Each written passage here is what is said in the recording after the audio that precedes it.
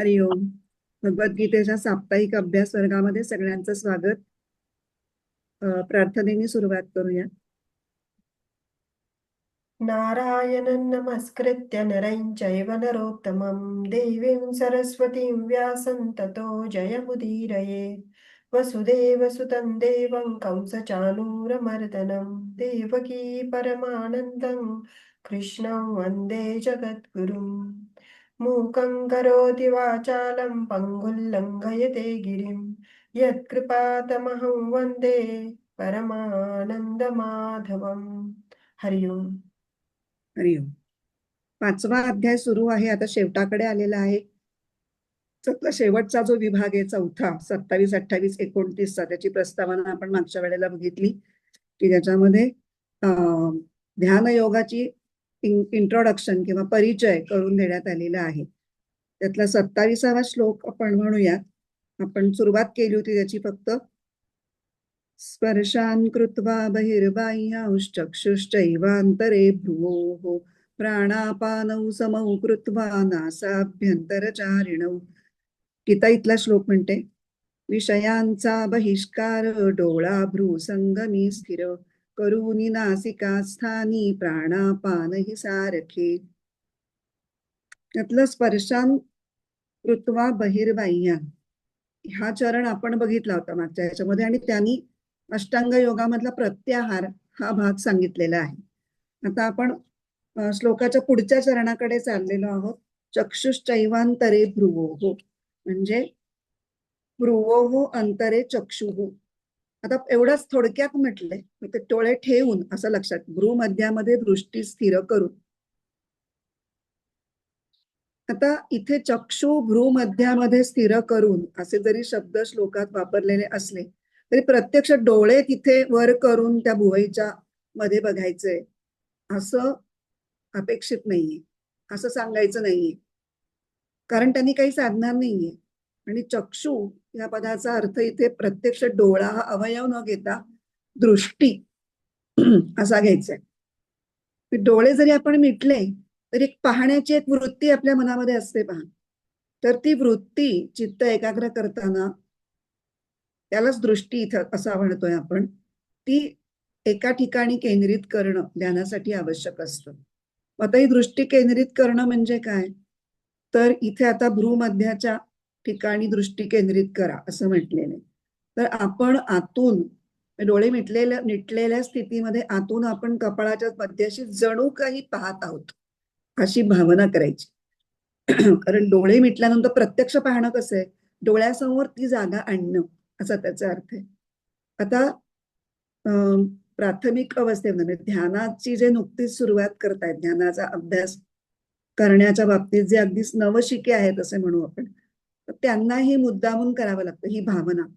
पण थोडेसे प्रगत ध्यानातले साधक असतात त्यांच्या बाबतीत असं होतं की ते आसन घालून बसले, सरळ बसले, डोळे मिटून घेतले की काही क्षणातच आपोआपच भ्रूमध्याच्या आतल्या भागामध्ये त्यांचं अवधान आपोआपच केंद्रित होतं. असं का होतं, तर भ्रूमध्याच्या पाठीमागे म्हणजे तिथे त्या ठिकाणी आतून तिथे जाणीवेचं केंद्र असतं, सेंटर ऑफ परसेप्शन ज्याला म्हणतात, ते तिथे लोकेटेड आहे. आणि म्हणून आपोआपच तिथे लक्ष केंद्रित होतं. म्हणजे चक्षु भ्रूमध्यात ठेवणं याचा अर्थ आपण काय बघितला, दृष्टी तिथे ठेवणं, जणू काही तिथे पाहत आहोत अशी कल्पना करणं, म्हणजेच अवधान किंवा लक्ष त्या भागाकडे केंद्रित करणं. आणि सूक्ष्म अर्थाने ते भ्रूमध्याशी म्हणजे भ्रूमध्याच्या पाठीमागे असलेल्या जाणीवेच्या केंद्रावर आपोआपच केंद्रित होणं, करणं नाही, होतं. पण ही जी शेवटची पायरी आहे सूक्ष्म, ती साधण्याच्या पूर्वी आपल्याला मुद्दाम होऊन आपलं लक्ष तिथे जणू काही बांधून घातलेलं आहे अशा पद्धतीने तिथे खिळवून ठेवायला लागतं. आणि ह्यालाच धारणा असं म्हणतात. पतंजलीचं सूत्र आहे, देशबंधश चित्तस्य धारणा. विविक्षित ठिकाणी चित्ताला जणू काही बांधून ठेवणं म्हणजे धारणा. आणि हे विविक्षित ठिकाण गीतेने सांगितलेलं आहे ते म्हणजे भ्रूमध्य, दोन भुवयांच्या मधली जागा. आता थोड्या पुढच्या प्रॅक्टिस नंतर असं लक्षात येतं की अवधान केंद्रित करण्याचा अभ्यास जसा प्रगती पथावर जातो, तसं ज्या ठिकाणी लक्ष वस्तुतः मुद्दामून केंद्रित करायचं असतं त्या जागेला सूक्ष्म स्पंदनं ही आपल्याला जाणवतात. जेवढी आपली सूक्ष्मता वाढते ध्यानातली, तेवढी त्या ठिकाणची स्पंदनं आपल्याला जाणवतात आणि ते स्थान आपल्याला स्पष्ट होतं. आधी जो प्रयत्न असतो की तिथे बघायचंय तिथे बघायचंय, ते न होता तिथल्या स्पंदना म्हणजे आपोआपच तिकडे लक्ष केंद्रित होतं. हे झालं दुसरा चरण. स्पर्शान कृत्वा बहिर्बाह्यान चक्षुश्चैवांतरे भ्रुवोः. आता पुढे आहे प्राणापानौ समौ कृत्वा नासाभ्यंतर चारिणौ. आता अष्टांग योगातील प्रत्याहार आणि धारणा ही 2 अंग श्लोकाच्या पहिल्या चरणात सांगून झालीत आणि आता या चरणामध्ये सांगतायत प्राणायाम. मात्र गीतेतला प्राणायाम हा व्यायामासाठी नसून तो ध्यानासाठी आहे. ही गोष्ट आपण लक्षात ठेवायला पाहिजे. तसं गीतेमध्ये योग जरी सांगितला असला तरी आत्ता ज्या समाजामध्ये पॉप्युलर योगा म्हणजे योगासन त्याचा काहीही उल्लेख अखंड संपूर्ण गीतेमध्ये कुठेही आलेला नाहीये. व्यायाम असा विषयच गीतेमध्ये नाही आलेला. आणि आपण जास्त करून योगा म्हटलं की त्याच्याकडेच असतेच आपल्या डोळ्यासमोर येतं की योगासन. त्यामुळे गीतेमध्ये प्राणायामाचे विविध प्रकार सुद्धा सांगितलेले नाहीये. इथे काय सांगितलंय प्राणापान समौ कृत्वा म्हणजे प्राण आणि अपान हे सम करायचे. याचा अर्थ श्वास आणि उच्छ्वास यांचं प्रमाण आणि वेग हा सारखा करायचा आहे. जितका वेळ श्वास घ्यायला एवढाच वेळ श्वास सोडायला. 4 काउंट जर आपण आत घेत असो इनहेलिंग तर 4 काउंट एक्झेल असं करणं. एवढाच का सांगितलं इथे प्राणायाम? कारण प्राणायाम हे केवळ चित्तवृत्ती नियंत्रित करण्याचं एक साधन आहे. मुख्य उद्दिष्ट आहे चित्तवृत्ती शांत करणं आणि एका ठिकाणी केंद्रित करणं. मग आता नुसत्या श्वासोच्छ्वासाच्या लयीवर हे वृत्तीचं नियंत्रण कसं काय होतं? तर त्याला एक प्रिन्सिपल अंडरलाईन प्रिन्सिपल आहे. त्याच्या मागे एक तत्व आहे. ते तत्व कुठलं?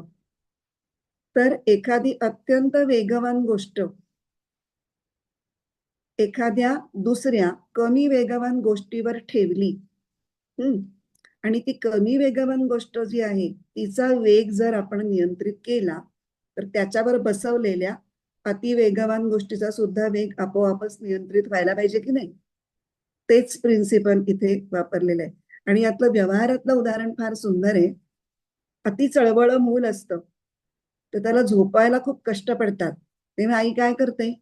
पाळण्यात घालते या मुलाला आणि पाळण्याला झोका देते आणि तो पाळण्याला झोका देऊन नंतर झोका देणंही थांबवते. मग नुसतंच तो पाळण्याचा झोका आपापला होत होत होत त्याची गती कमी होत होत होत ती थांबते आणि बहुतेक वेळेला ती थांबेपर्यंत ते मूलही शांत होऊन झोपलेलं असतं.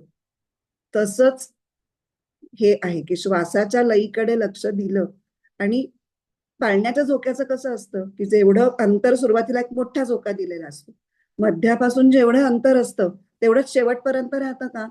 हळूहळू हळू ते कमी होत होत नंतर एका ठिकाणी जवळपास ते शून्यच होतं. म्हणजे हलतोय ना हलतोय असा होऊन तो मग शेवटी थांबतो. तसंच आता इथे श्वासोच्छ्वासाच्या लयीवर आपण लक्ष केंद्रित करतोय तर शरीर तर आपलं स्थिर आहेच, तर आपण ध्यानाला बसलेलोच आहोत आणि लक्ष केंद्रित करण्याकरता श्वासाच्या लय आपण पकडून बसलेलो आहोत. तर हळूहळू हे करताना मनाच्या वृत्ती पण कमी होत जातात आणि त्या जसजशा कमी होत जातात तसतसा एकंदर शारीरिक मानसिक संपूर्ण स्थिरता यायला लागल्यानंतर शरीराला ऑक्सिजनची आवश्यकता सुद्धा पुष्कळ प्रमाणात कमी होते जी असते ती आणि त्यामुळे प्राण आणि अपान यांचं प्रमाण अत्यंत कमी होऊन जातं. सर्वसाधारणपणे म्हणजे नॉर्मल अवस्थेमध्ये जेव्हा आपण प्राणायाम करत नाही किंवा ध्यान करायला बसलो नाही तेव्हा आपण जर श्वासोच्छ्वास करत असू तर आपला उच्छ्वास आपला साधारणपणे कुठे जाणवतो तर नाकपुड्यांपासून 12 अंगुळ खाली म्हणजे असं धरलं तर इथपर्यंत साधारण इथपर्यंत कल्पना करे. हे अगदी काही परफेक्ट नाहीये. इथपर्यंत आपल्याला श्वास उच्छ्वास जाणवतो. पण मग पुढे वृत्ती कमी झाल्यानंतर ती जागा बरोबर ते जे अंतर असतं श्वासोच्छ्वासामधलं ते कमी कमी कमी होत जाऊन अशी एक अवस्था येते की इतका सूक्ष्म श्वासोच्छ्वास चाललेला असतो की तो नाकातून बाहेर पडतोय का नाही हेही कळत नाही. तो जणू काही नाकातल्या आतच फिरतो आहे. म्हणून म्हटलंय ते नासाभ्यंतर चारिणौ. नासिकेच्या आतच फिरणारे प्राण आणि अपान आहेत असं जणू काही वाटतं, तेव्हा ते सम झालेले असतात. ही समची एक व्याख्या आहे. समची दुसरी व्याख्या काय आहे? एक एक काही जण म्हणतात की हा असा नाकातल्या नाकात फिरतोय आणि श्वास घेताना किंवा उच्छ्वास सोडताना वायूचा स्पर्श नाकपुड्यांना आतून बाहेरून किंवा श्वसनामध्ये जे दुसरे अवयव समाविष्ट आहेत, कुठले कुठले कंठ वगैरे, तिथे कुठेच तुम्हाला वायूचा स्पर्श वेगळा मुद्दामून असा स्पेसिफिक लक्षात येत नाही. अशी अवस्था आली म्हणजे तुमचा श्वास प्राण अपान सम झाले. हा एक त्याची व्याख्या आहे. आणि दुसरं योगशास्त्रानुसार प्राणापानाची गती सम होणे म्हणजे दोन्ही नाकपुड्यातून सारखा श्वासोच्छ्वास होणे. बहुतेक वेळेला एखादी नाकपुडी आपली उत्तम काम करत असते, दुसरी थोडी कमी करत असते आणि काही वेळेला ती पूर्ण बंदही असते, असं सुद्धा कधी कधी होतं. तर ते सम करण्यासाठी आपला ज्याला आपण नाडी शोधन प्राणायाम म्हणतो किंवा अनुलोम विलोम, डाव्या नाकपुडीतून घ्या, उजव्या नाकपुडीतून सोडा, उजव्या नाकपुडीतून घ्या, डाव्या नाकपुडीतून सोडा, असं काही काळ केल्यानंतर ते सम होतं. त्यालाही प्राणापान सम करणं असंही म्हणतात. आता हे समान करण्याचे फायदे काय आहेत? कशासाठी हे सम करायला सांगितलं? पहिला आणि अगदी लॉजिकली आपल्या पटकन डोक्यात येतो की त्याच्यामुळे चित्ताची एकाग्रता वाढते प्राणायामाने. आणि ऍक्च्युअली चित्ताची एकाग्रता वाढण्यासाठीच आपण प्राणायाम करतो आहोत. त्यामुळे चित्ताची एकाग्रता वाढणं हा पहिला रिझल्ट आहे त्याचा. कारण श्वासोच्छ्वासांच्या लयीत आणि आपल्या मानसिक अवस्थेमध्ये एक अगदी जवळचं नातं असतं, जे ध्यानाच्या वेळेला तर असतं, पण एरवी सुद्धा आपल्याला जाणवतं. म्हणजे जर कुठल्याही कारणाने आपण एक्साइट झालो, म्हणजे रागावून एक्साइट झालो किंवा आनंदाने एक्साइट झालो, तरी आपला श्वास वाढतो. आणि आपण जेव्हा स्वस्थ असतो तेव्हा श्वास आपल्याला त्याची संथ असते लय आणि ती आपल्याला जाणवत पण नाही. तेव्हा आपण तावातावानी बोलायला लागतो तेव्हा आपल्याला श्वास जाणवतो आणि दम लागतो बघा त्या वेळेला. तर ते आपली मानसिक स्थिती आणि श्वासोच्छ्वास यांची जी काही यांचं काही नातं आहे. त्यांनी उपदेश सार ऐकलं असेल. त्यांनी उपदेश सारामधला 11वा श्लोक हेच सांगतो. वायुरोधनात लीयते मनः जाल पक्षिवत रोध साधनम. वायू म्हणजे प्राणमय म्हणजे श्वासोच्छ्वास ह्याचं रोधन करणे. रोधन करण्याचा डायरेक्ट मिनिंग होतो रोखणे. पण इथे आपण रोखत नाही आहोत, फक्त तो बघतोय, नियंत्रित करतोय. खरं तर नियंत्रित सुद्धा करत नाही, नुसतं बघतोय. जेव्हा रमण महर्षींना सुद्धा प्राणायाम करणं अपेक्षित नाहीये. प्राणवीक्षण असा शब्द आपण त्यावेळी तिथे बघितला होता की फक्त आता काय चालू आहे तुम्ही त्याच्याकडे फक्त बघताय आणि तो प्राणाकडे लक्ष आलं की आपोआप तुमचं इतर गोष्टींकडून लक्ष आत वळतं आणि मग तुम्ही आत जायला तयार होतात. तर त्याच्यामुळे मन हे लीन व्हायला सुरुवात होते. आणि त्याला त्यांनी उपमा दिली होती की जाल पक्षीवर, जाळं फेकून पक्षाला जसं त्याची पक्षाची गती जशी तुम्ही कंट्रोल करता, तसं श्वासाच्या गतीला पकडून श्वासाच्या जाळ्यामध्ये मनाची गती कमी करणं. जाता जाता सहज ज्याला आठवलं म्हणून की उपदेश सारामध्ये सुद्धा आणि गंमत म्हणजे हे ध्यानयोगाच्या सुरुवातीला सांगितलंय. ध्यानयोगाला ध्यानाची सगळी जी प्रक्रिया आहे ती पुढे त्याच्यासाठी तुम्हाला तयारी पण करणं गरजेचं असतं. शारीरिक तयारी, मानसिक तयारी. आणि त्या तयारीच्या दरम्यान जे श्लोक आहेत त्याच्यामधला हा पहिला श्लोक आहे. तर दुसरा आपण फायदा बघायचा आहे. हा पहिला की प्राणायामाने एकाग्रता वाढते. आणि दुसरा फायदा असा असतो की ध्यानाची ओढ निर्माण करण्यासाठी याचा उपयोग होतो. तो कसा? तर चित्ताची एकाग्रता जितकी चटकन आणि जितकी जास्त होईल त्या प्रमाणात तुम्हाला ध्यानातला आनंद यायला लागतो. आणि एकदा का ध्यानातला आनंद यायला लागला की तुम्हाला ते ध्यान अधिक करावं असं वाटतं. म्हणून तो ध्यानाभ्यास तो साधक अधिक उत्साहाने करायला लागतो. आणि म्हणून प्राणायाम करून ध्यान केलं तर ते ध्यान अधिक चांगलं लागायला मदत होते. आता मी मध्ये आर्ट ऑफ लिव्हिंगचा एक मेडिटेशनचा 10 दिवसांचा होता. असंच म्हणजे ऑनलाईन होतं. तर मी पूर्वी केला होता त्यांचा हॅपीनेस प्रोग्राम जवळपास 2-1 वर्षांपूर्वी. तर मी तो केला. तर त्यांनी मुद्दाम ते आधी ब्रीदिंग एक्सरसाइजेस घ्यायचे आणि मग नंतर ध्यान घ्यायचे. तेव्हा तेव्हा ते मला जाणवलं की अरे आपण उपदेशामध्ये हेच वाचलं होतं आणि ह्याच बरोबर अगदी प्रॅक्टिकल ऍप्लिकेशन त्यांनी केलं आणि तेव्हा ते छान छान लवकर असे मन स्थिर व्हायला मदत व्हायची. तर आता इथे आपला हा श्लोक बघून झालाय. आता ह्याच्यामधली ज्ञानेश्वरीच्या ओव्या बघायच्यात आपल्याला. ओवी क्रमांक 151 ते 153.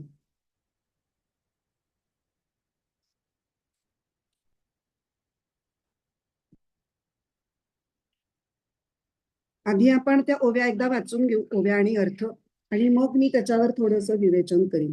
पण त्यातल्या काही ओव्या या थोड्या एक्सप्लेनेशन करायला पाहिजे तशा आहेत आणि खूप सुंदर अर्थ आहे त्याचा. तरी वैराग्याचेनी आधारे जिही विषय दवडूनी बाहिरे शरीरी एकंदरे केले मन. विरक्तीच्या बळाने ज्यांनी सर्व विषय बाहेर घालवून आपले शरीर निव्वळ मनोमय करून सोडले आहे, सहजे तीही संधी भेटी जेथ भ्रू पल्लवा पडे गाठी तेथ पाठी मोरी दिठी पारुखोनिया. ते अशा संधीस हिवयांची टोके जेथे एकत्र गाठतात तेथे दृष्टी माघारी फिरवून सांडूनी दक्षिण वाम प्राणापान सम चित्तेसी व्योम गामिये करीती. डाव्या व उजव्या नाकपुडीचे मार्ग रोधून प्राण व अपान वायूंना एकवटतात आणि त्यांना आपल्या चित्ताबरोबर चिदाकाशाकडे वळवतात. आता आपण थोडं ह्याच्यावरचं विश्लेषण थोडंसं बघूयात, विवेचन. ज्ञानेश्वर महाराज हे हठयोग परंपरेतले आहेत, त्यामुळे त्यांनी योगाविषयी खूप सूक्ष्मतेने आणि विस्तृतपणे या गोष्टी सांगितल्या. पहिली ओवी होती जी 151 मी वाचली ती, की हे ज्ञानयोगाचे श्लोक आहेत आणि त्याची विवरण म्हणून ज्ञानेश्वरीतलं जास्त वैशिष्ट्यपूर्ण आहे, गीतेपेक्षा थोडं जास्त विस्तृत आहे, जास्त सखोल आहे. पहिल्या ह्याच्यात काय म्हणतात, स्पर्शानुकृत्वा बहिर्बाह्यान, म्हणजे बाहेरचे विषय बाहेर सोडून योगी ध्यानाचा आरंभ करतो. म्हणजे हे थोडंसं पुढची वाक्य जी आहेत अर्धवट सोडलेली जी वाटतात, एकतर 27 आणि 28 मिळून एक वाक्य आहे. त्यामुळे 27व्या श्लोकातले चरण जेव्हा आपण नुसते फोडून वाचतो तेव्हा आपल्याला एक इनकम्प्लीट वाक्य ऐकल्याचा फील येतो. तो तसा आहेच. एक एक एक एक स्टेप करून, हे करून, ते करून मग योगी असा असा मुक्त होतो, असं ते वाक्य 28व्या श्लोकामध्ये पूर्ण होतं.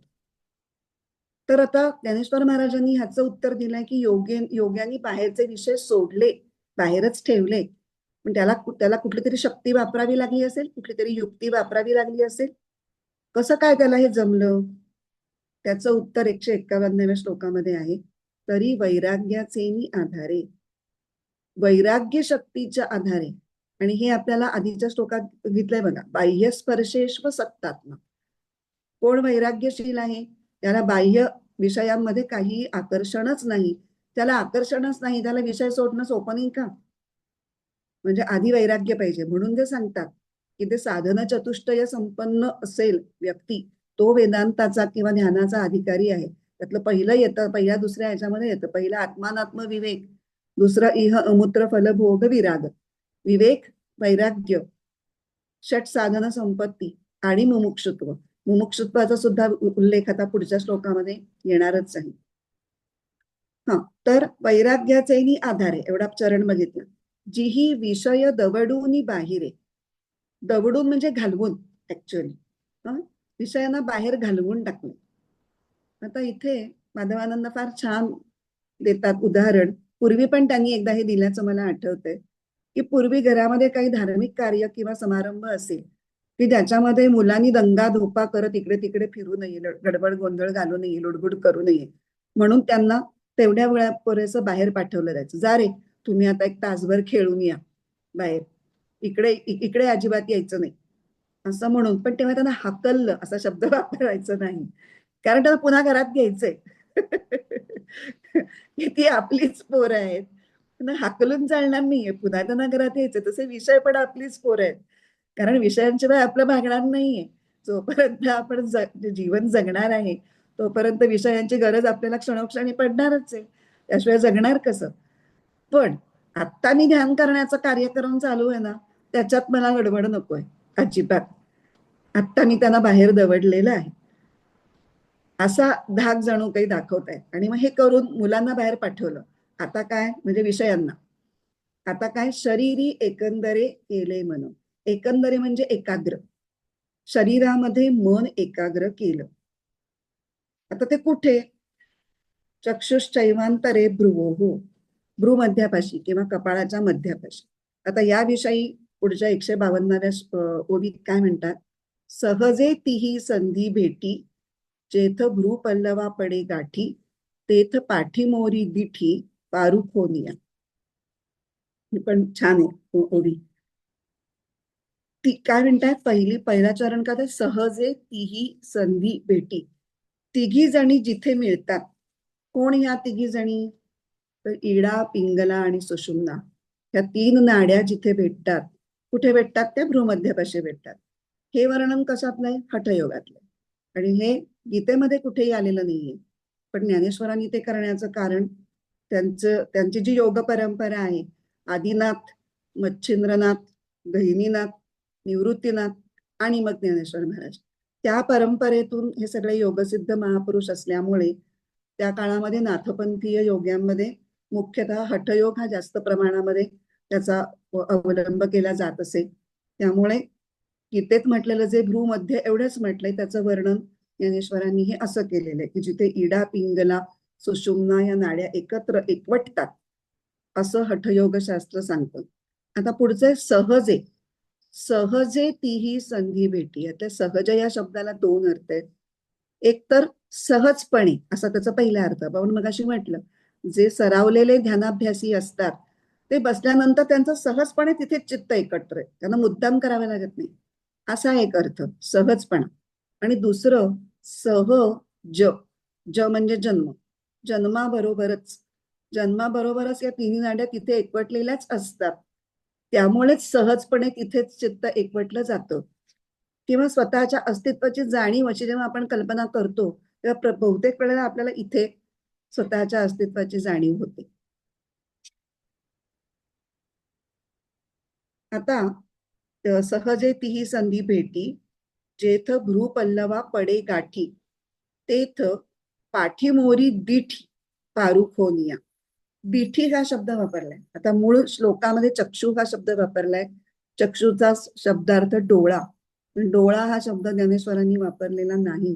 दृष्टी हा शब्द जो अभिप्रेत आहे, म्हणजे त्याला म्हणतात लक्षार्थ, तोच त्यांनी तिथे वापरलाय. कारण डोळ्यांनी पाहणं अभिप्रेतच नाही. लक्ष केंद्रित करत असताना आपण त्या स्थानी पाहतो आहोत अशी भावना केली जाते. याच्याही पुढची एक सूक्ष्म गोष्ट ज्ञानेश्वर महाराज इथे सांगतात. तेथ पाठीमोरी दिठी. ह्याचा अर्थ काय?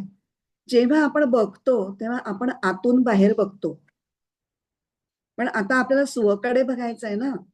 त्यामुळे जरी लक्ष केंद्रित केलं तरी तिथून आपल्याला जर आत बघायचं असेल तर असं नाही, असं बघायला लागेल. आपल्याला पाठमोरं वळावं लागेल आणि आपल्याकडे बघावं लागेल. ते सांगतायत की तुम्ही आता पहावे आपण अशी प्रक्रिया चालली आहे. त्यामुळे अवधान जरी त्या स्थानी असं तरी तिथून स्ववर लक्ष केंद्रित करायचंय. भ्रूमध्याकडे बघणं हा उद्देश नाहीये. ते एक त्याच्यातली प्रक्रियेमधला एक भाग आहे, बघायचंय सुवकडे. म्हणून तिथे पाठीमोरी दिठी हा शब्द वापरलाय. आणि अनेक संतांच्याही, इतर संतांच्या योग वाङ्मयामध्ये त्याला अशाच पद्धतीने उफराटी दृष्टी किंवा उलट दृष्टी असे काही काही अभंगामधून शब्द वापरलेले आपल्याला दिसतात.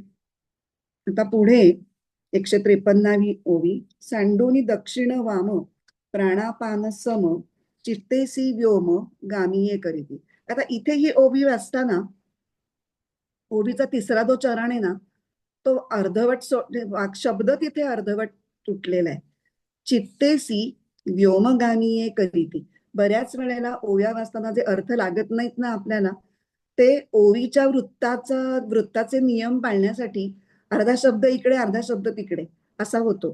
त्यामुळे पटकन अर्थ लागत नाही. चित्तेसी व्योमगामीये असं एकत्र असतं तर पटकन अर्थ लागला असता. पण चित्तेसी व्योम गामीये करीती असं झाल्यामुळे गामीये करीती म्हणजे काय असं होतं. तर म्हणून ते ओव्यांचे सुद्धा आपण जसं संस्कृत श्लोकांचे अन्वय लावतो की नाही, तसे काही वेळेला थोडंसं अन्वयासारखं ते लावून घ्यायला लागतं. की कुठे वाक्य संपतंय, कुठे शब्द तुटतोय, असं. आता दक्षिण म्हणजे उजवं आणि वाम म्हणजे डावं, ते सांडून ते सोडून द्यायचं. आता इथे काय करायचंय, डावी नागपुडी उजवी नागपुडी असला विचार काहीही करायचाच नाहीये. आपण जे मगाशी बोललो की प्राणापान सम करण्याकरता नाडी शोधन प्राणायाम, तिथे ते डाव्यातून उजवीतून उजवीतून डावी वगैरे वगैरे आलं, तसलं काही अपेक्षित नाहीये असं हे म्हणतायत. ज्ञानेश्वर महाराज म्हणतायत की तसलं काही करायची गरज नाहीये, ते सोडून द्या. मग काय करा, एकदम जसं आपण उज्जयी श्वास घेताना एकदम दोन्ही नाकपुड्यातून घेतो की नाही, तसा एकदम दोन्ही नाकपुड्यातून घ्यायचंय आणि एकदम दोन्ही नाकपुड्यातून सोडायचंय. आणि हे करताना श्वास आत घेणे आणि सोडणे या प्रक्रियेमध्ये चित्ताचं अवधान सहजच मस्तकात नेऊन ठेवणं ही प्राथमिक योग प्रक्रिया आहे. आणि मस्तकामध्ये जिथे ही योग प्रक्रिया चालते तिथे जी पोकळी असते, साधारण काही जण कपाळाच्या मध्यभागी म्हणतात, काही जण भ्रूमध्यामध्ये म्हणतात, साधारण या एरियामध्ये असं आपण म्हणूया. तर त्याला व्योम किंवा गगन किंवा चिदाकाश म्हणतात. आणखीन त्याला नाव आहेत मस्तकाकाश किंवा मूर्ध्न्याकाश, आणि उपनिषदांमध्येच त्याला हृदयाकाश असं सुद्धा म्हणतात. ह्या सगळं मिळून तीच जागा आहे. स्व ज्या पोकळीमध्ये आहे अशी कल्पना त्या ठिकाणी. अशा पद्धतीने पहिल्या श्लोकामध्ये सांगितलेल्या ज्ञानयोगाच्या भागाचं अत्यंत सुंदर विवरण ज्ञानेश्वर महाराजांनी या 51, 52 आणि 53 या श्लोकामध्ये केलेलं आहे. आता आपण 28व्या श्लोकाकडे जाऊया.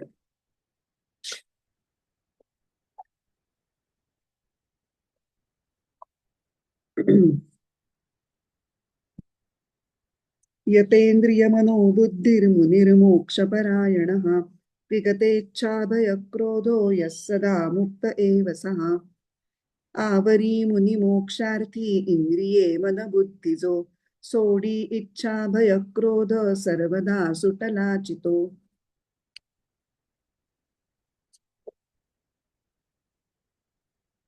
पदच्छेद करूयात आधी. यतेंद्रिय मनोबुद्धी मुनिः मोक्षपरायणः विगतेच्छा भय क्रोधः यः सदा मुक्त एव सः. यतेंद्रिय मनोबुद्धी म्हणजे इंद्रिय मन आणि बुद्धी यांचं संयमन ज्यांनी केलेलं आहे असा. यः मोक्षपरायण हा मुनी, जो मोक्षपरायण मुनी आहे. आणखीन त्याला एक विशेषण वापरलंय, विगतेच्छा भय क्रोध, इच्छा भय आणि क्रोध रहित जो झाला आहे, सहा सदा मुक्त एव, तो सदा मुक्तच असतो. नुसता मराठी अर्थ बघू, इंद्रिय मन बुद्धी यांचं संयमन केलेला, इच्छा भय आणि क्रोधरहित झालेला जो मोक्षपरायण मुनी, तो सदा मुक्तच असतो. आता 27व्या श्लोकामध्ये प्रत्याहार, धारणा आणि प्राणायाम या 3 अंगांचा विचार सांगून झाला. आता या 28व्या श्लोकामध्ये ध्यान आणि यमनियम या अंगांच्या बद्दल निर्देश केले जाते. तर यतेंद्रिय मनोबुद्धी ही जी पद आहेत त्यांनी यमनियमांचा संकेत केलेला आहे, आणि मुनीही या शब्दांनी ध्यानाचा संकेत केलेला आहे. तर मुनीची व्युत्पत्ती काय करतात, मननात मुनी, मननशील असतो तो मुनी, त्याचं जे मुनित्व असतं, मनन करण्याची कपॅसिटी, त्यालाच ध्यान असं म्हटलेलं आहे. पुन्हा एकदा पतंजलींची व्याख्या पाहूच यात. तत्र प्रत्ययैकतानता ध्यानम. तत्र, तत्र म्हणजे कुठे, तत्र म्हणजे तिथे, कुठे, ध्यानाचा विषय जिथे आहे तिथे, जिथे चित्त एकाग्र करायचं आहे तिथे, त्या विषयाशी काय पाहिजे, प्रत्यय एकतानता. प्रत्यय म्हणजे वृत्ती, त्या विषयाशी संबंधित वृत्तीच अखंडपणे चित्तामध्ये प्रवाही होत राहणं म्हणजे ध्यान. आता ही एकतानता साधण्यासाठीच आपण आधी धारणा शिकली. आधीच्या श्लोकामध्ये धारणेचा उल्लेख आहे, तो त्याच्यासाठीच की धारणा आणि योगा, अष्टांग योगाच्या ज्या पायऱ्या आहेत त्याच्यामध्ये पण धारणा आधी आणि ध्यान नंतर काय येतं, तर एकतानता जमण्यासाठी आधी धारणा जमावी लागते. कारण चित्तात एकाग्रतेचं सामर्थ्य वाढवण्यासाठी किंवा येण्यासाठी मुळात धारणेची गरज असते. पण एकाग्रता म्हणजे ध्यान नाही. हा फरक आहे. ध्यानामध्ये ध्येय वस्तूचं अखंड चिंतन अभिप्रेत आहे आणि ध्यानासाठी काहीतरी ध्येय म्हणजे चिंतनाचा काहीतरी एक विषय असायला हवा आणि त्याच्याविषयी सरळ चिंतन म्हणजे अखंड प्रत्यय एकतानता साधावी लागते. आता हे सरळ चिंतन हा शब्द मी कुठून घेतला माहितीये? ज्यांनी उपदेश सार ऐकला असेल त्यांना तो कदाचित आठवेल. आज्यधारया स्रोतसा समम सरल चिंतनम विरलतः परम. आणि तिथे मात्र गंमत म्हणजे हा श्लोक ध्यानयोगात आलेला नाहीये. तो योग भक्ती हा श्लोक भक्ती योगामध्ये महर्षींनी घेतलेला आहे. म्हणजे आपण जे असं म्हणतो की हे कर्मयोग, भक्तियोग, ध्यानयोग, ज्ञानयोग हे असे खूप ह्याचा ह्याच्याशी संबंध नाही, ह्याचा ह्याच्याशी संबंध नाही असं नाहीच समजायचं. ते हातात हात घालूनच एका ध्येयाकडे जात असतात हे ह्याच्यातनं आपल्याला जाणवतं. आधी श्लोकाचा थोडक्यात अर्थ सांगते. आज्य म्हणजे तूप. तुपाच्या धारेप्रमाणे आज्य धारया समम. तुपाची जर अशी अखंड धार ओतत राहिलं मग अशी एक एक थेंब थेंब थेंब थेंब अखंडपणे ओतायची ती. तर त्याच्यात जो अखंडपणा आहे किंवा स्रोतसा, स्रोत म्हणजे एखादा धबधबा असेल किंवा एखादी वाहणारी नदी असेल, प्रवाह असेल, तो कसा अखंड वाहतो, वाहतो थांबतो वाहतो थांबतो असं नसतं, सलगता असते त्याच्यामध्ये. तसंच सरळ चिंतन पाहिजे. अखंड तुम्ही एकाच गोष्टीचा विचार करताय आणि ते खंडित चिंतनापेक्षा तुम्हाला जास्त फळ देणारं असतं. आणि आता इथे आपला विषय तो नाही, पण महर्षींचा त्याच्या पुढचा शब्द आहे, पुढचा श्लोक आहे. भेदभावनात सोहमित्यसौ भावनाभिदा पावनीमता. म्हणजे इथे सरळ चिंतन आधी सांगितलं आणि ते सरळ चिंतन सुद्धा कसं करायचंय.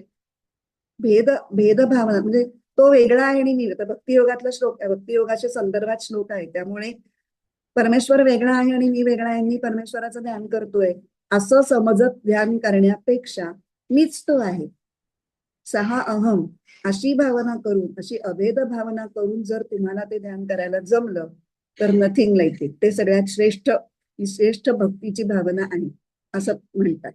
इथून आपल्याला हे कळतं की भक्तीत सुद्धा ध्यान आहे आणि ध्यानयोगात तर ध्यान आहेच आहे, ते ज्ञानाशी संदर्भात आहे. म्हणजे ध्यानाचा विषय कसाही असू शकतो. ह्याच्यातनं आपल्याला इन्फरन्स काय काढायचा आहे की सगुण साकार ईश्वराची मूर्ती असेल किंवा भक्तीतलं सगुण भक्ती असेल किंवा निर्गुण निराकार परब्रह्म, ध्यानाचा विषय काही असेल तरी प्रक्रिया साधारण सारखीच आहे. सोहम ध्यान तर खूपच प्रसिद्ध आहे. तिथे श्वासावर बसवलेलं असतं. श्वास घेताना सहा, सोडताना हम, सो हम.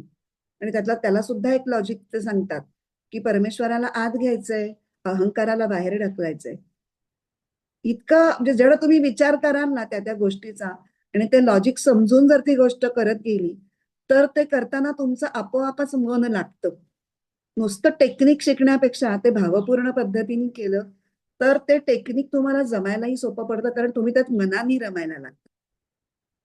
आता ध्यानाची एक पायरी म्हणू किंवा ध्यानासाठी यतेंद्रिय मनोबुद्धी ही एक क्वालिटी त्या ज्ञानीकडे पाहिजे, ज्याला उत्तम ध्यान करायचंय, ज्याला मुनी पदावर बसायचंय.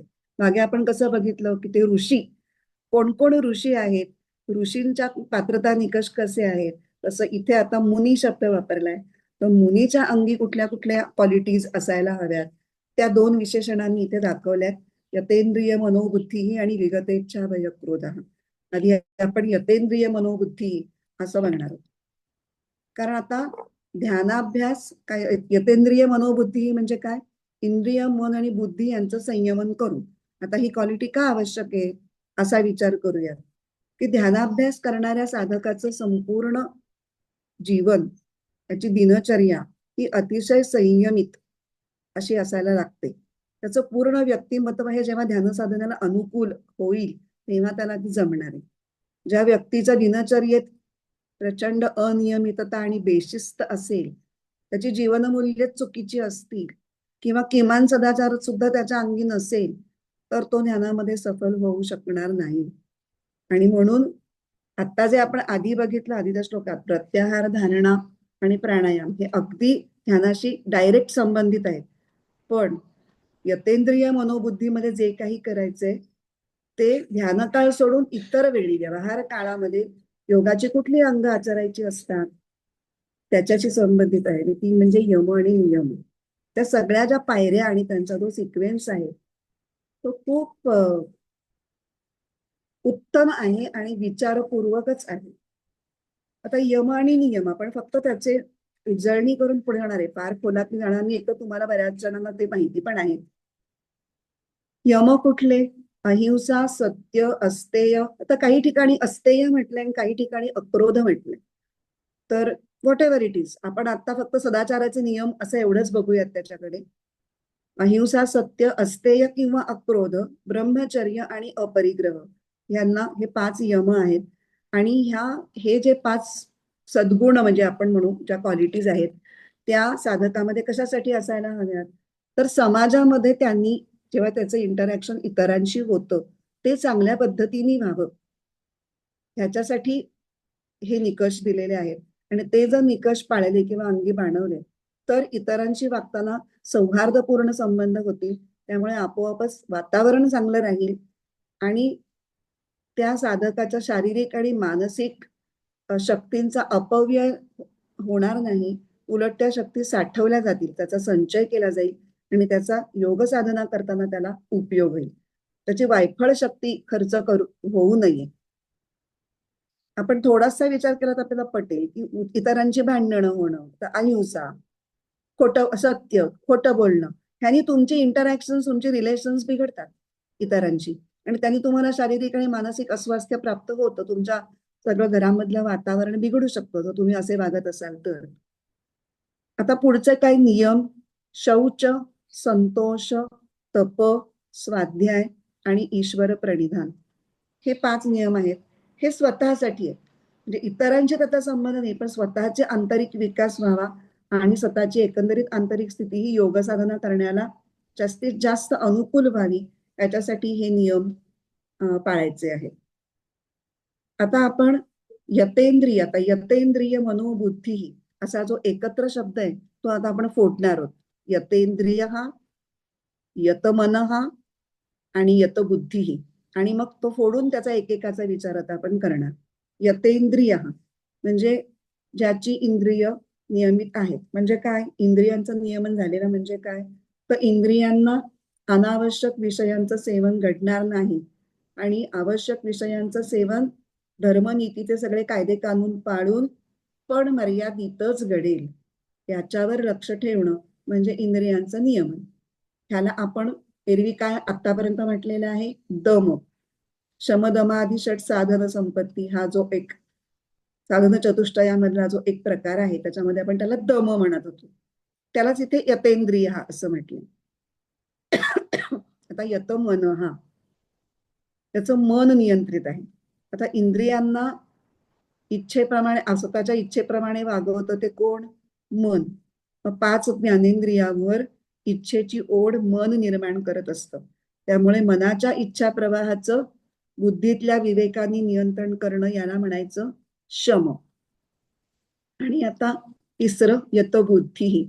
बुद्धीतल्या विचारांचं सुद्धा नियंत्रण करावं लागतं, कारण नाहीतर कधी कधी बुद्धी ही फार चतुर असते ना, त्यामुळे ती चुकांना तत्वज्ञानाचं स्वरूप देऊ शकते.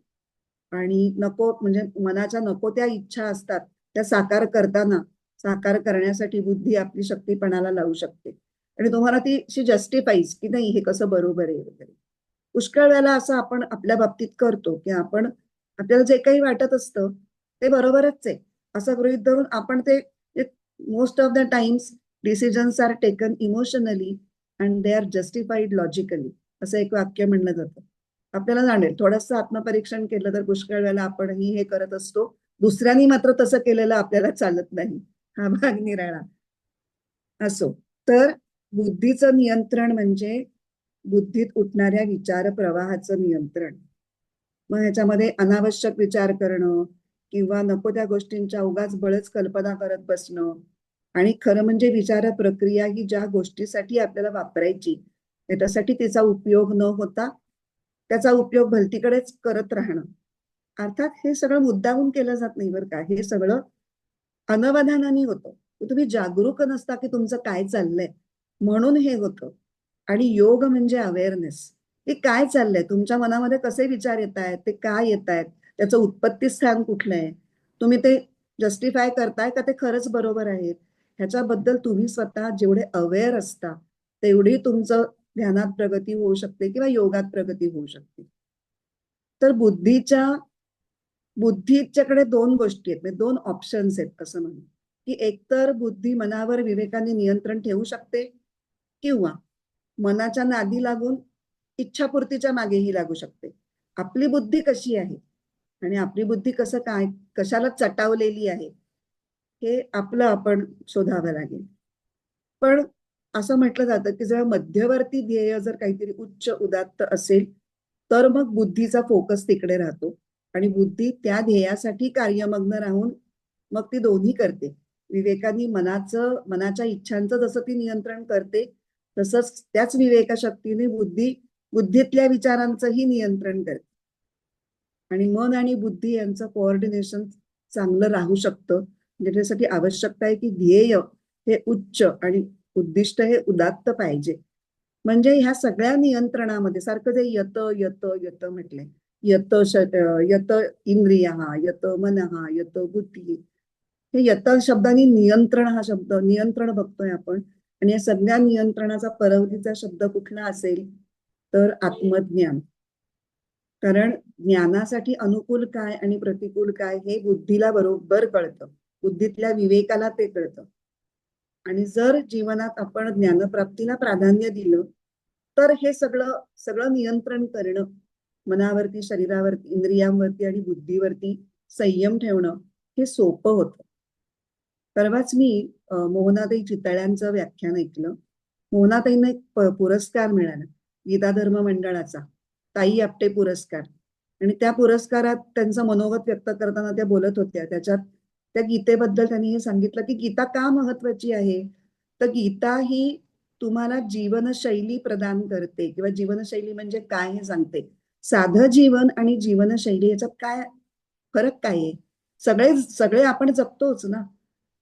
जीवनशैलीमध्ये जीवनाला तुम्ही एक वेगळा अर्थ दिलेला आहे, एक वेगळं उद्दिष्ट दिलेलं आहे आणि त्या उद्दिष्टासाठी मी जगतो आहे म्हणून माझं सगळं व्यक्तिमत्व आहे तिथे आपण अलाइन केलेलं आहे. असं जेव्हा असतं तेव्हा त्याला जीवनशैली म्हणतात. कधीही कुठेही कसंही काहीही ही जीवनशैली नाही, ते फक्त जगणं आहे. तर इथे जेव्हा आपण ज्ञानप्राप्ती हे आपलं उद्दिष्ट ठरवलं तेव्हा त्या प्रयत्नांना एक निश्चित दिशा मिळाली आणि मग सत्य तत्वाचं ज्ञान होण्यासाठी आपण नियमामधला ईश्वर प्रणिधान अंगीकारला. ईश्वर प्रणिधान म्हणजे काय, तर ईश्वरार्पित बुद्धीने प्रत्येक गोष्ट करणं. ह्याच्यामुळे काय होतं, वृत्तींचं नियंत्रण करून चित्ताची एक भूमी तयार होते. एक तुम्हाला एक ग्राउंड असते. आपण म्हणतो he is a very grounded person असं आपण सहज म्हणतो बघा. म्हणजे काय, एक बेस आहे त्याला की त्या बेसवर तो उभा आहे आणि एका ध्येयाकडे तो बघतोय किंवा तिथे जाण्यासाठी प्रयत्न करतोय. आणि हे मग संत आपल्याला सांगतात की नामस्मरणासह सतत अनुसंधान ठेवावं, हे आपल्याला संत सांगत असतात. नामस्मरण म्हटलं की आपल्याला गोंदवलेकर महाराज अपरिहार्यपणे आठवतातच. गोंदवलेकर महाराजांनी म्हटलंय की सत्याचं अनुसंधान म्हणजे काय, सत्य ते जे त्रिकाला बाधित आहे आणि अशी एकच गोष्ट आहे आणि ते म्हणजे परमात्मा. त्या परमात्मा स्वरूपाच्या ठिकाणी जे सच्चित आनंद स्वरूप आहे त्याच्या ठिकाणी मन अखंड चिकटून राहणं आणि इकडे तिकडे न भरकटणं यालाच अनुसंधान असं म्हणतात. आणि भगवंताखेरीज इतर जे काही आहे ते सगळं उपाधी आहे. आपण मागच्याच कुठल्या तरी श्लोकामध्ये बाह्य शब्दाबद्दल बोलताना आठवत असेल तुम्हाला तर बघा, परमेश्वराखेरीज किंवा स्वखेरीज बाकी काहीही जे आहे ते बाह्य, ते त्याज्य. त्याच्यात गुंतायचं नाहीये. त्याज्य असं म्हणजे आपल्याला जेवढा लागेल त्याचा उपयोग करायचा, पण त्याच्यामध्ये गुरफटायचं नाही किंवा त्याच्या पाठीमागे धावत सुटायचं नाही, एवढाच त्याचा अर्थ. आणि ते सांगतात की मला काहीही कळत नाही असं वाटणं ही परमार्थाची पहिली पायरी आणि मी आणि भगवंत वेगळे नाहीच असं वाटायला लागणं किंवा ही गोष्ट अंगी मुरणं ही शेवटची पायरी.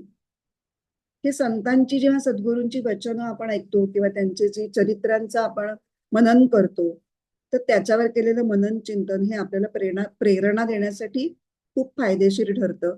कारण उच्च काय आहे ते आपल्याला कळतं, बरोबर काय आहे ते आपल्याला कळतं. महाजनो येन गतस्स पंथा असं म्हटलेलं आहे की जे थोर लोक होते ते ज्या मार्गाने गेले तो मार्ग बरोबर आहे. आपल्याला बरोबर काय चूक किंवा काय बरोबर काय चूक कळत नाहीये का? मोठे काय करतायत ते बघा. यद्यदाचरति श्रेष्ठ तत्तदेवे तरो जनाः सयत प्रमाणम कुरुते लोकस्तदनुवर्तिनः. तर उंच काय उदात्त काय हे हळूहळू असा फॉलो करत गेलं मोठ्यांना थोरांना तर बुद्धीला कळायला लागतं. आणि मग तेच धरून राहायचंय असं चित्ताला वळण लागलं म्हणजे मग किरकोळ गोष्टींच्या मोहामध्ये बुद्धी मन आणि इंद्रिय ही पडणारच नाही, ती त्याच्यापासून आपसुकच बाजूला राहतील. आणि मग निग्रहाचं सामर्थ्य हळूहळू विकसित, जसं तुम्ही शम दम यम नियम हे सगळं करण्याकरता प्रयत्न कराल तसं त्या साधना प्रक्रियेतून तुमचं निग्रहाचं सामर्थ्य वाढत जाईल. आणि स्वाध्यायामुळे, स्वाध्याय म्हणजे हे जे मी आता म्हणलं की वेगवेगळ्या संतांची वचनं ऐकणं, त्याच्यावर चिंतन करणं, त्यांचं चरित्र वाचून ते कुठल्या कुठल्या परिस्थितीत कसे कसे वागले हे पाहणं, ह्यानी आपली बुद्धी तरल होते आणि तिची निवड क्षमता आणि एकाग्रता आकलन हे वाढतं आणि मुख्यतः योग प्रक्रियेची योग्य समज अशा बुद्धीला येते.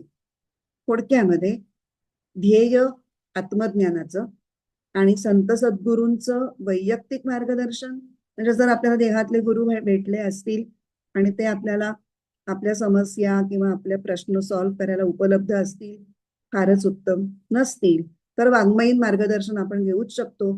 कारण समर्थ म्हणतात तसं हे वाङ्मयीन मूर्तीच असतात. म्हणजे समर्थ म्हणतात ना की मनोबोध आत्माराम आणि दासबोध ह्या माझ्या वाङ्मयीन मूर्ती आहेत. मीच ती जणू काही बोलतोय असं समजा आणि वाचा, मी काय सांगितलंय ते आणि फॉलो करा ते समजून घेऊन. तर असं मार्गदर्शन आणि केलेली साधना आणि स्वाध्याय ह्याच्यात रमू लागणाऱ्या आणि मनन करणाऱ्याला इथे मुनी म्हटलेलं आहे. आणि तो त्याचबरोबर मौनावस्थेत पण आहे. आता मुनीचा मौन हे अंग आपण थोडं पुढच्या टप्प्यात बघणारच आहोत. मौनामुळे काय होतं, आत वळून बघायला त्याला जास्त त्याचं मन शांत राहतं. आपण सारखे बोलत बोलत बोलत बोलत राहिलो ना तर आपण बोलणं म्हणजे काय, विचार प्रकट करणं. जोपर्यंत विचार आहेत तोपर्यंत ते प्रकट करण्याची गरज वाटत राहणार. विचार थांबले की आपोआप मौन येतं, की बोलायची इच्छाच होत नाही. आणि जेव्हा बोलायची इच्छा होत नाही तेव्हा आपोआप आत वृत्ती वळतात आणि अशा मुनीला मग इंद्रिय मन बुद्धीवर नियंत्रण आणणं हे सोपं जातं. तर एकंदरीत यत इंद्रिय, यत मनः आणि यत बुद्धी या तीनही गोष्टी जमल्या एकदा त्या साधकाला की मग त्याचं संपूर्ण व्यक्तिमत्व हे संतुलित होतं आणि ध्यानासाठी अनुकूल होतं आणि त्याला मुनित्व प्राप्त होतं. म्हणजे असं ज्याला जमतं त्याला मुनी हे पद मिळतं किंवा त्याला मुनी असं संबोधलं जातं. मग मी या जाणीवेशी अवधान जोडून आत्मरूपाचा वेध घेणं ही ध्यानयोगातली प्रक्रिया मुख्य चालवली असली तर ध्यान कालामध्ये वृत्ती नियंत्रित करायला मदत पडते. पण त्यासाठी पूरक चित्त व्हावं म्हणून व्यवहार काळी आपण काय करतो, यम नियम शम दम संत सद्गुरू यांचे चरित्र वाचणं म्हणजे स्वाध्याय करणं साधना ह्या सगळ्याची मदत घेऊन आपण आपलं व्यक्तिमत्व अनुकूल करतो. आता रामसुखदास यांचं यतेंद्रिय मनोबुद्धी या पदाचं एक खास वेगळं विश्लेषण आहे, तेवढं पाहू आणि मग आपण आज थांबू म्हणजे हा विषय इथे पूर्ण होईल. खूपच सुंदर त्यांनी त्याचं वर्णन केलेलं आहे. एक वेगळा विचार वाटला तो. ते काय म्हणतात, इंद्रिय मन आणि बुद्धी हा जो सिक्वेन्स आहे ना त्याला त्यांनी खूप महत्व दिलंय की प्रत्येक मनुष्यामध्ये एक इंद्रियांचं ज्ञान असतं आणि एक बुद्धीचं ज्ञान राहतं. आणि इंद्रिय आणि बुद्धी यांच्या बरोबर मध्ये कोण आहे, मन. मनाचा निवास इंद्रिय आणि बुद्धी यांच्या मध्ये आहे. तर प्रत्येक मनुष्याने असं बघायला पाहिजे की त्याच्या मनावर इंद्रियाच्या ज्ञानाचा प्रभाव आहे की बुद्धी ज्ञानाचा प्रभाव आहे की आंशिक रूपाने दोन्ही ज्ञानांचा प्रभाव आहे. आता इंद्रियांचं ज्ञान म्हणजे काय ते आधी सांगते. इंद्रियांच्या ज्ञानात संयोगाचा प्रभाव असतो. संयोग म्हणजे विषय आणि इंद्रिय ह्यांचा एकमेकांच्या स्पर्श त्यांना होणे. म्हणजे समजा मी गोड खाल्लं, मग मला खूप छान वाटलं, तर ती जी सुखद संवेदना आहे त्याचं ज्ञान इंद्रियाला असतं. पण ती संवेदना, आता मी गोड खाऊ का नको खाऊ, हे माझ्यासाठी योग्य आहे का नाही, मला आवडतंय ते, पण मी खाणं योग्य आहे का नाही, ह्याचं विश्लेषण बुद्धीच्या ज्ञानामध्ये असतं. ते खाल्ल्यानंतर काय परिणाम होणार आहे, ते परिणामाचं ज्ञान हे बुद्धीच्या ज्ञानामध्ये समाविष्ट असतं. त्यामुळे ज्या मनुष्यांच्या मनावर केवळ इंद्रिय ज्ञानाचा पगडा असतो ते संयोगजन्य सुख उपभोगण्यात रममाण झालेले असतात. आणि ज्यांच्या मनावर बुद्धी त्याच्या ज्ञानाचा प्रभाव असतो त्यांना विवेक असतो की नाही, मला हे छान वाटतंय, पण मी पेढा आहे, मी एक छोटासाच खाते, म्हणजे मला पेढा खाल्ल्याचा आनंद तर मिळेल, माझं मन शांत आहे, पण मी अख्खा पेढा नाही खात, मी माझ्या नातवाला देऊन टाकेन किंवा आणखीन कोणाला तरी देऊन टाकेन. मग तो त्या बाह्य स्पर्शापासून आपोआपच दूर राहू शकतो आणि सुखभोगांचा त्याग करू शकतो. आणि काही साधकांच्या मनावर मात्र एकाच वेळी दोन्हीचा पगडा येतो, इंद्रिय आणि बुद्धी. इंद्रिय म्हणते खूप छान छान, आणि बुद्धी म्हणते नको नको खाऊ नको खाऊ नको, तुला नंतर त्रास होईल. मग आता मी काय करू, मग ते द्वंद्वात सापडतात. आणि असं जेव्हा द्वंद्वात सापडतो मनुष्य, तेव्हा त्याचा विवेकात लंगडा पडतो. विवेकाला खूप जोर लावायला लागतो आणि बरेच वेळेला विवेक हरतो आणि इंद्रिय ज्ञान जिंकतं. मग तुम्ही बरोबर, त्याची इच्छा असते खूप कंट्रोल करण्याची, पण ते कळतं पण वळत नाही, या सदरात ही मंडळी जातात. आणि मग ते द्वंद्व, असा प्रकारचं द्वंद्व हे ज्ञानामध्ये बाधक आहे. म्हणून या ठिकाणी इंद्रिय मनबुद्धी यांना वश करण्याचं तात्पर्य काय, तर मनावर केवळ बुद्धीच्या ज्ञानाचा प्रभाव राहावा आणि इंद्रियांच्या ज्ञानाचा प्रभाव संपूर्णपणे समाप्त व्हावा, हे आहे. आणि मी हा अभ्यास वगैरे केला आणि काल मी ह्या द्वंद्वातून स्वतः गेले आणि तेव्हा मला हे आठवलं की हो, आता आपला द्वंद्वात आपण सापडलेलो आहोत आणि त्यामुळे मग मी स्वतःला कंट्रोलही करू शकले. मी माझ्या मुलगा सुनेबरोबर बाहेर गेले होते सकाळी, त्यांना खूप वडापाव खायची इच्छा होती. त्यांनी, हा तुम्ही पण खाणार का वडापाव, म्हटलं हो. आधी मी पटकन हो म्हटलं, कारण मला वडापाव आवडतो, मनापासून आवडतो, हो म्हटलं. मग नंतर माझे विचार, आता जेवणात काय आहे, आज जेवणात काळ्या वाटाण्याची उसळ आहे, मग ती उसळ आणि वडापाव एका दिवशी खाल्लं तर आपल्याला झेपणार नाहीये, कारण मला वातुळ पदार्थ आणि ही हवा त्रास होणार. मग म्हटलं की नको नको, आपण नको खायला. तर तिला फोन करायचा प्रयत्न केला, ती बिझी होती ते घेण्यात बिण्यात, तिने काही फोन नाही घेतला, आली ती घेऊन. पण म्हटलं असू देत, आता आपलं कंट्रोल करायचं हे बुद्धीच्या ज्ञानाच्या प्रभावाखाली आपण आता करायचं आहे.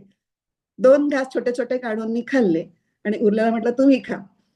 आणि मग म्हणजे ही जे काही आपण वाचतो ना, ह्याचं जर पुरेसं मनन झालं तर हे आपल्याला अवेलेबल असतं आणि ते आपण वापरात आणू शकतो.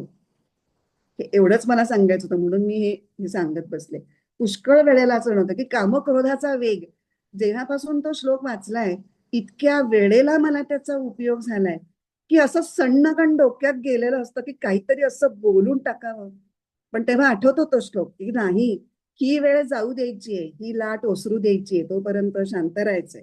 आणि मग नंतर असं वाटतं की बरं झालं ना आपण शांत राहिलो, आता उगाचच भांडण पेटलं असतं निष्कारण. काहीतरी क्षुल्लक मुद्दा असतो, मुद्दा काही फार मोठा नसतो, पण तो आपल्या मनाविरुद्ध असला की आपल्याला ते अगदी ते दाखवून द्यायचं अशी खूप खुमखुमी येते. त्यामुळे 5व्या अध्यायातले बरेचसे श्लोक हे पुन्हा पुन्हा मनन करून आचरणात आणण्याला खूप उपयोगाचे पडतायत, असं मी आता मी स्वतः म्हणू शकते की पडतायत मला ते. त्यामुळे तुम्ही त्या दृष्टीने त्याचा अभ्यास करावा आणि आपण आज इथे थांबूयात.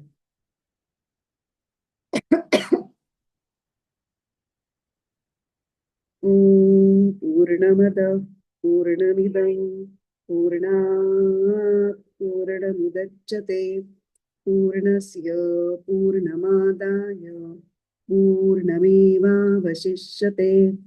ओम शांती शांती शांती. हरिः ओम.